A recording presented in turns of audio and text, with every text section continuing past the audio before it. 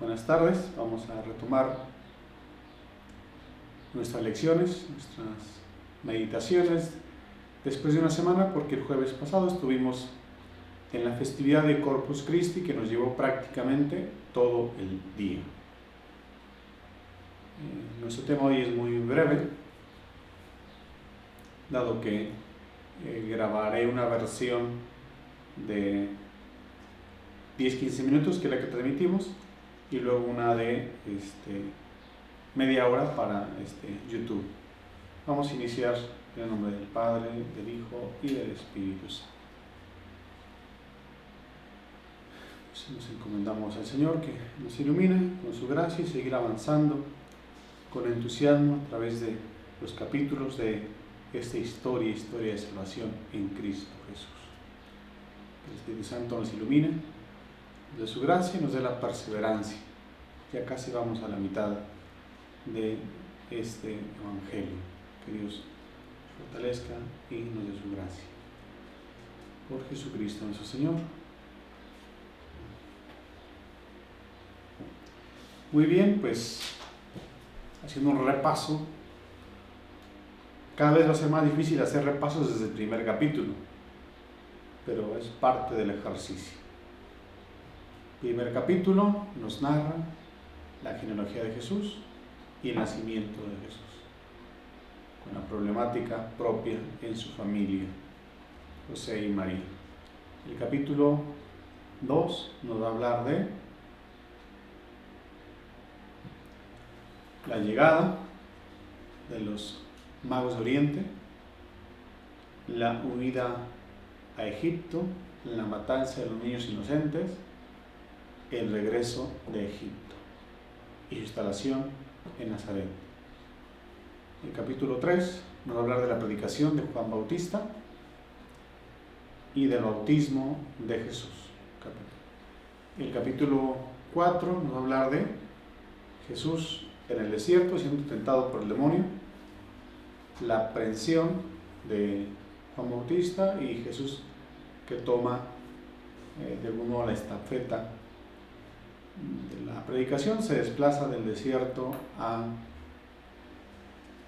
Cafarnaúm y ahí empieza su predicación y el llamado a los primeros 4 discípulos.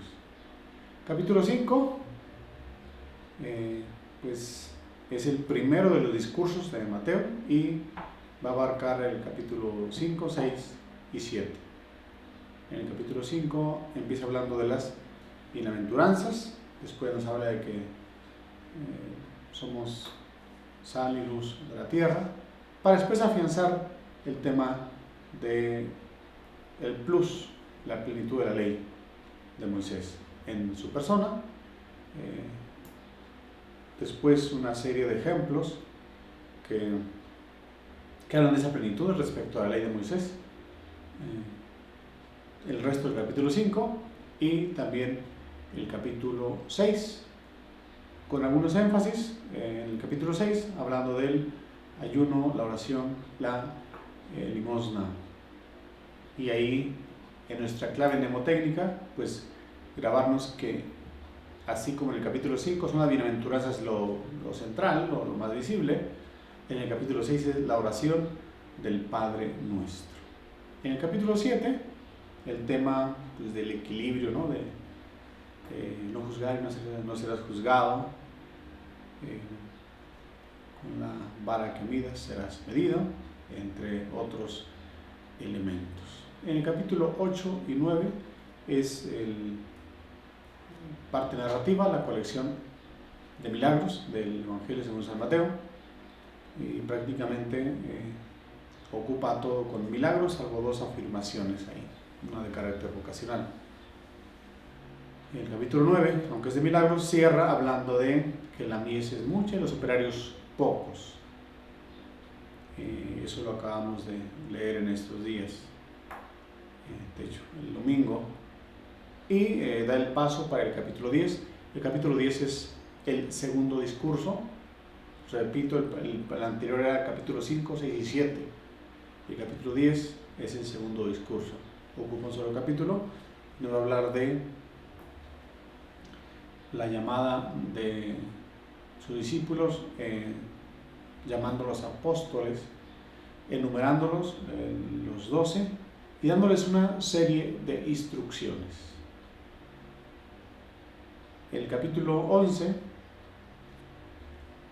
que vimos hace 15 días, un poquito menos, nos va a hablar vuelve el tema de Juan Bautista, que había sido encarcelado en el capítulo 4, vuelve a aparecer en el capítulo 11, mandándole preguntar a Jesús si era él o había que esperar a otro. En el mismo capítulo 11,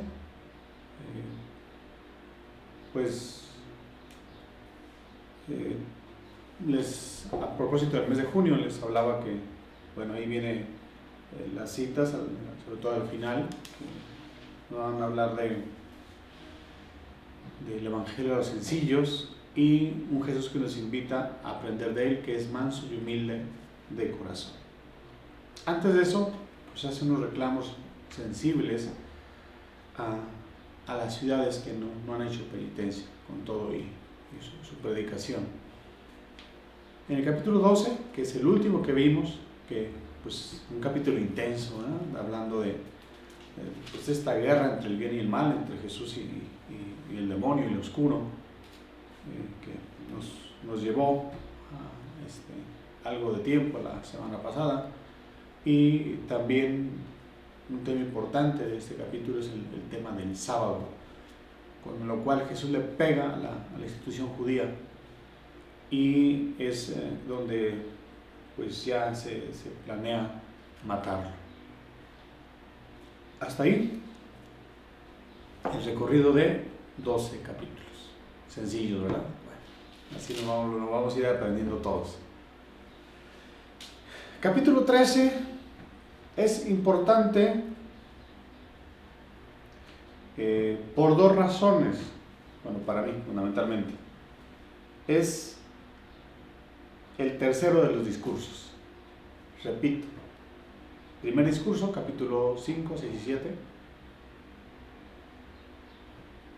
Segundo discurso, capítulo 10. Y tercer discurso, capítulo 13. Cada discurso se distingue por algo. Este es el discurso parabólico. Si queremos encontrar parábolas en conjunto en el Evangelio según San Mateo, hay que ir al departamento de las parábolas. Y el departamento de las parábolas es el capítulo 13. Si queremos encontrar el departamento de los milagros en Mateo, ¿a qué capítulo vamos a ir? A 2, capítulo 8 y 9, donde prácticamente están casi todos los milagros de Mateo. Después aparecerán uno que otro. De las parábolas sí hay más parábolas a lo largo del Evangelio, ¿no? Pero en el capítulo 13 aparecen pues casi el 30% de las parábolas del Evangelio. ¿Qué es una parábola? Pues si aplico mi propia definición, es una indirecta, así lo he explicado en otras ocasiones. Jesús usa elementos reales de la vida pastoril, agrícola, urbana de su tiempo, reales, y da una enseñanza con ellos. Una enseñanza donde alguien tiene que intuir lo que quiere decir y ponerse el saco. Entonces, es un recurso excelente, pedagógicamente hablando, de lujo.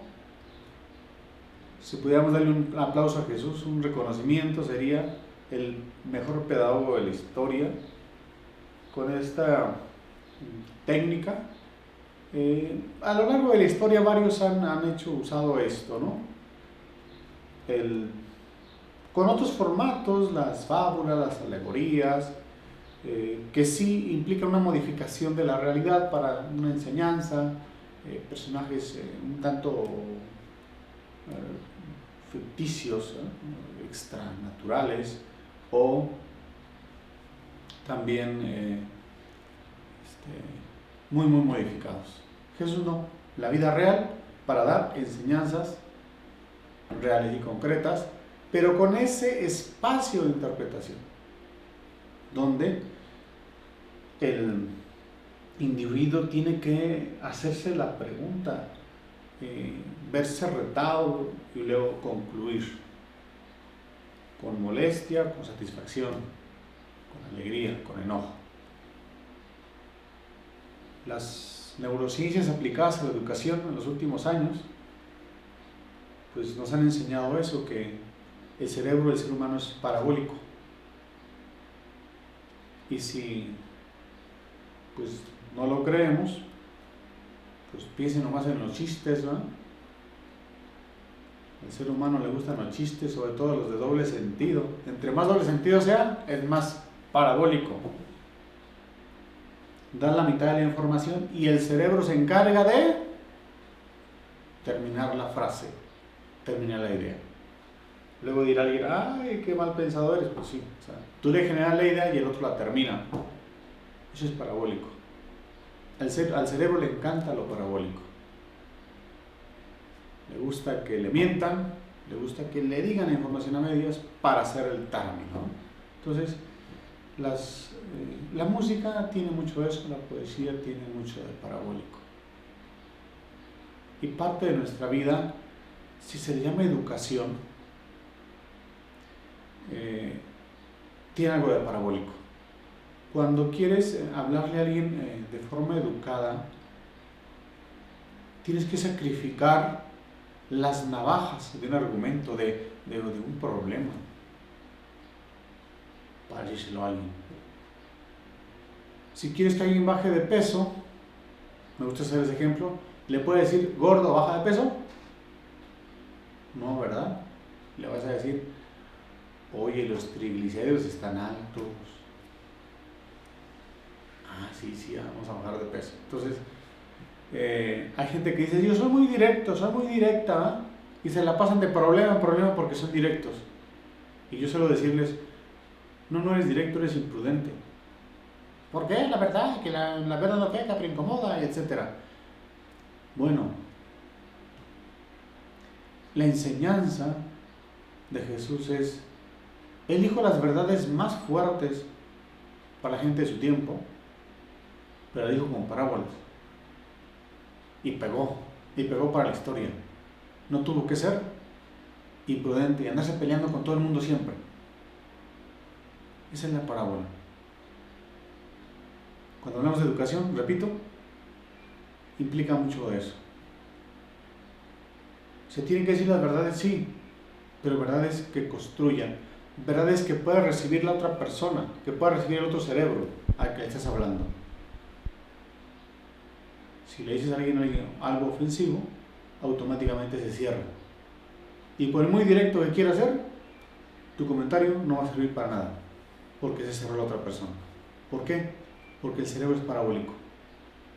Entonces, si se lo dices un poco rodeando o eliminando la parte destructiva y dejando una pauta, un espacio de decisión a la otra persona, se habrá cumplido una comunicación, un discurso parabólico. Y en eso es experto Jesús. Y en el Evangelio según San Mateo vamos a encontrar 30 parábolas de esa categoría. Pero aquí pues nada más 8. Bueno, ya me estoy pasando de tiempo del que dije y apenas vamos a empezar. Bueno, va a empezar este capítulo indicándonos el lugar. Dice que Jesús salió de casa y se sentó a la orilla del mar. Ya sabemos a cuál mar se refiere, ¿verdad?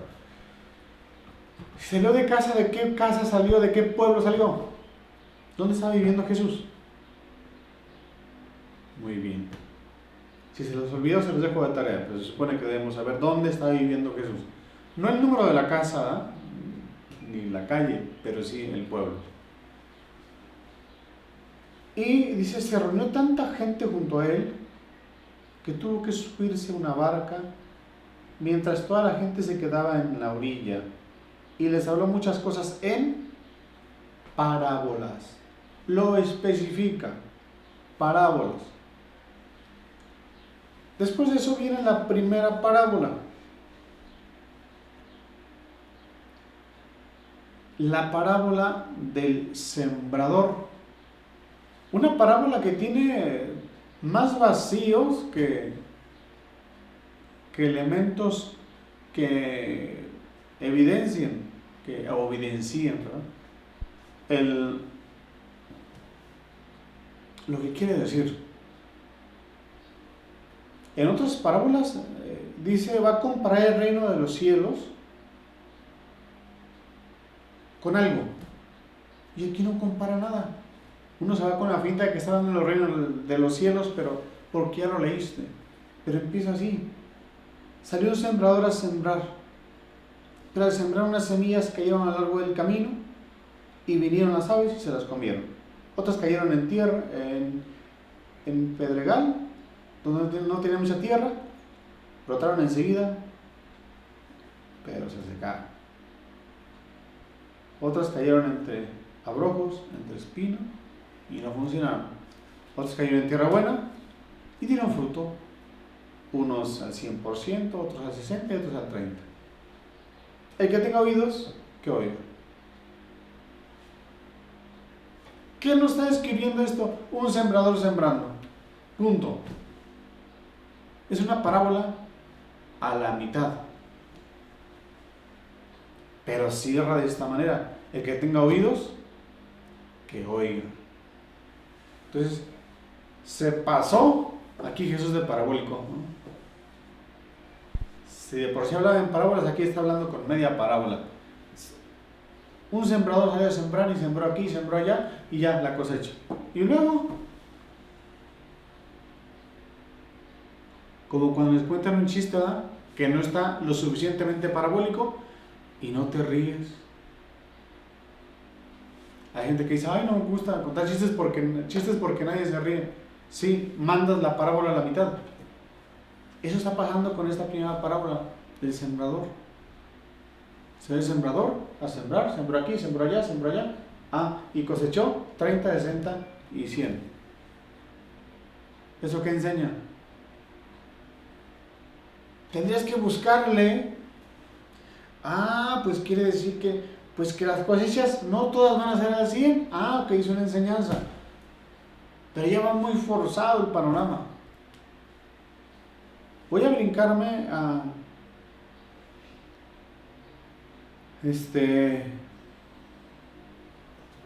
hasta el versículo 33, otra parábola para comparar la levadura. Les dijo otra parábola: el reino de los cielos es semejante a la levadura que tomó una mujer y la mezcló con 3 medidas de harina hasta que fermentó todo. Es una parábola completa. El reino de los cielos es semejante a la levadura. Y ya dirán, sí es cierto, la levadura hace que vaya fermentando toda la masa.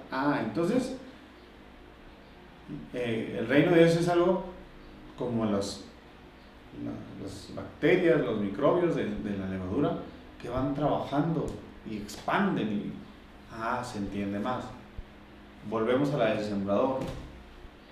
Un sembrador siembra y cosechó y bueno, ahí viene la parte interesante de este capítulo 13.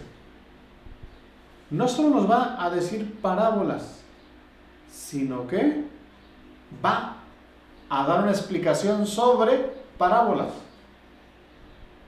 lo cual debería a mí ahorrarme palabras, pero ya llevo hablando buen rato.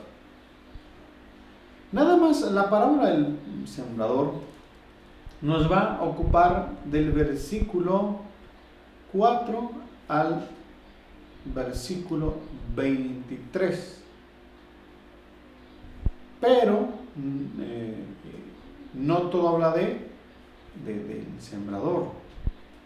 ¿Qué pasa después de esta parábola a la mitad? Se acercaron sus discípulos y dice: ¿por qué les hablas en parábolas? Casi le reclaman, así como indirectamente, ¿no? En lugar de decirle no te entendimos, le dicen, ¿por qué a la gente le hablas en parábolas? Él les respondió: es que a ustedes se les ha concedido conocer los misterios del reino de los cielos, pero a ellos no. Y sigue hablando ya complejo, porque a quien tiene se le dará y le sobrará, pero a quien no tiene se le quitará hasta lo que tiene. Por eso les hablo en parábolas, porque mirando no ven y oyendo no oyen ni entienden. Y habla de el profeta Isaías, de este tema de mirar y no mirar, entender no entender. Y les hace una aclaración, no voy a entrar a lo de Isaías, dice: dichosos ustedes, dichosos sus ojos, porque ven, y sus oídos, porque oyen. Pues les aseguro que muchos profetas y justos desearon ver lo que ustedes ven, pero no lo vieron, y oír lo que ustedes ven, pero no, y oír lo que ustedes oyen, pero no lo oyeron. Explicación interesante. Quiere decir que los discípulos les explicó un poco más. De repente tampoco no lo entendían. Fue un proceso para los discípulos ir entendiendo a Jesús en su forma de hablar. Y quiero hacer aquí una... No voy a repasar todas las parábolas de hoy, estoy haciendo algunas afirmaciones alrededor de... no debemos olvidar que la Biblia es interpretación. Tratar de entenderla es interpretación. Y este capítulo 13, pues es un ejemplo de interpretación. Jesús nos habla de las dificultades de entender y que eso tiene un sentido.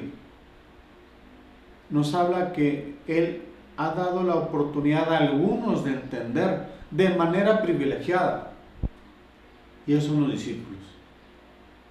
Ellos tuvieron ese privilegio. ¿Por qué hay tantas iglesias, tanta división de iglesias en el mundo en torno a Cristo? Aparte de los pleitos, ¿no? Me voy porque no me diste un trabajo aquí, y me voy para que allá me va a ir mejor. Si alguien se peleó con el pastor, se peleó con o alguien se peleó con el padre y se fue a otra iglesia. Aparte de esos pleitos humanos, ¿por qué hay tanta división? Por el tema de la interpretación.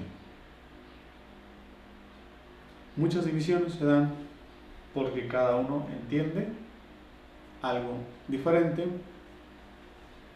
y todo el mundo dice tener la luz del Espíritu Santo para entender bien las Escrituras.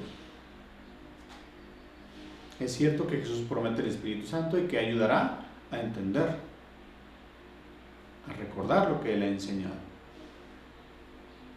Pero tomemos en cuenta este capítulo 13.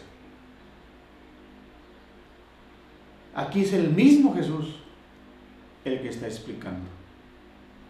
Jesús en su pedagogía dio la oportunidad de que le preguntaran, de que lo retaran incluso, de que le pusieran preguntas capciosas, y eso fue motivo para enseñanzas. Pero este capítulo es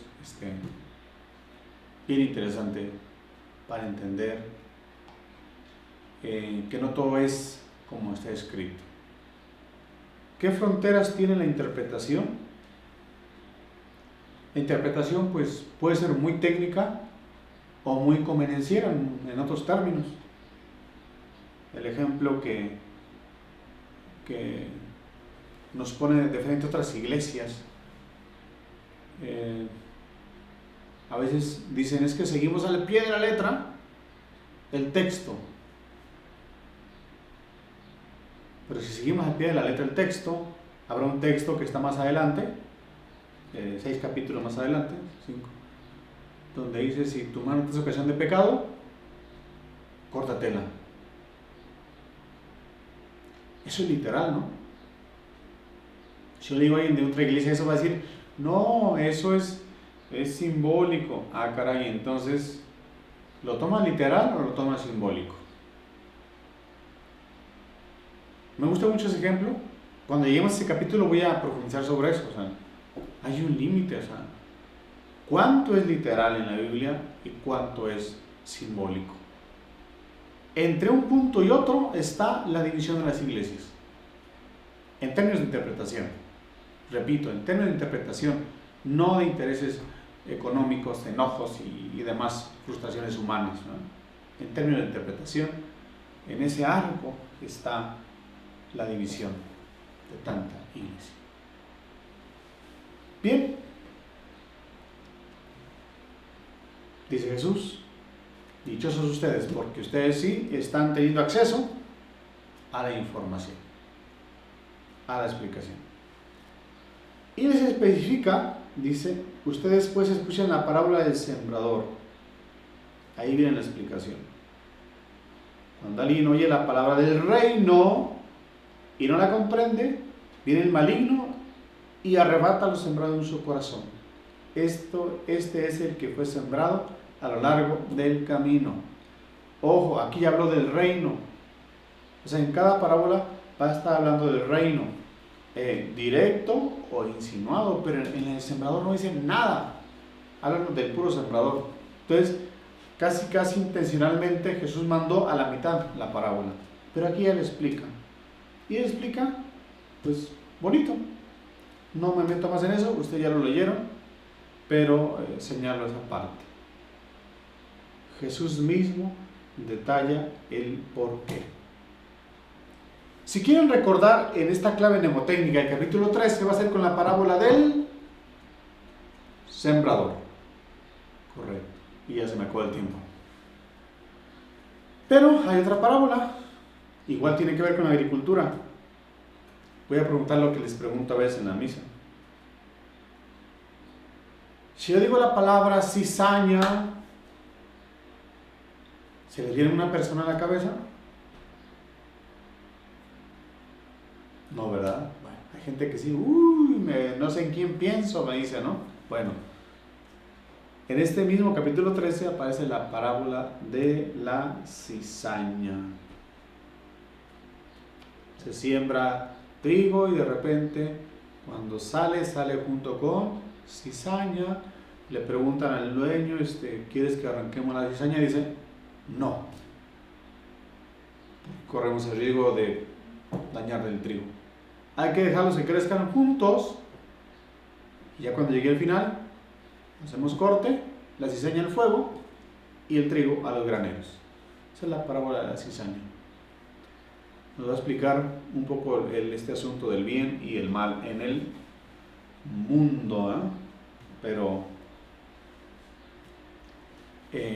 Jesús da explicación, sí, efectivamente. Después de la parábola de la cizaña viene la parábola del grano de mostaza, de la levadura que ya mencioné, y ahorita en el 34 viene otro tema, pero en el 36 viene interpretación de la parábola de la cizaña. Boleto doble con Jesús hoy. Explica la del sembrador y explica la de la cizaña. Lo hace petición de los discípulos. Explícanos la parábola de la cizaña del campo. Y él les respondió: el que siembra la buena semilla es el Hijo del Hombre.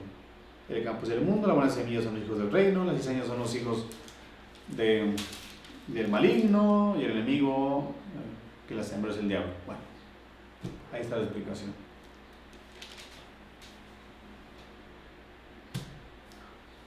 No aparece otra explicación.